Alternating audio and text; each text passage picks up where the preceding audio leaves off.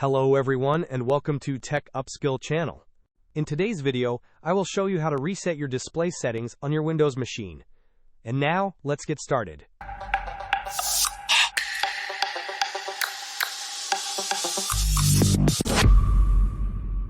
To begin, perform a right-click on your Start button and then select Settings.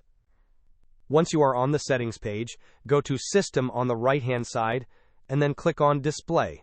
Under the Display section, even if you have multiple screens connected to your laptop or desktop, you will need to scroll down until you find Scale and Layout. Under Scale, if your scale has been set to any of these percentages, ensure it is set to Recommended. This will take you to the Reset or Default setting.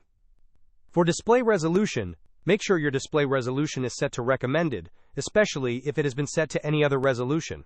Additionally, under Display Orientation, ensure it is set to Landscape. If you have a screen or monitor connected that is in portrait mode, you will need to select that display and make sure its display orientation is set to either landscape or portrait. Once these adjustments are made, you can close the window. This should reset your display settings to the default or recommended ones on your Windows machine. Hope this was helpful. Don't forget to like and subscribe if you enjoyed. As always, thanks for watching, and I will see you in the next video.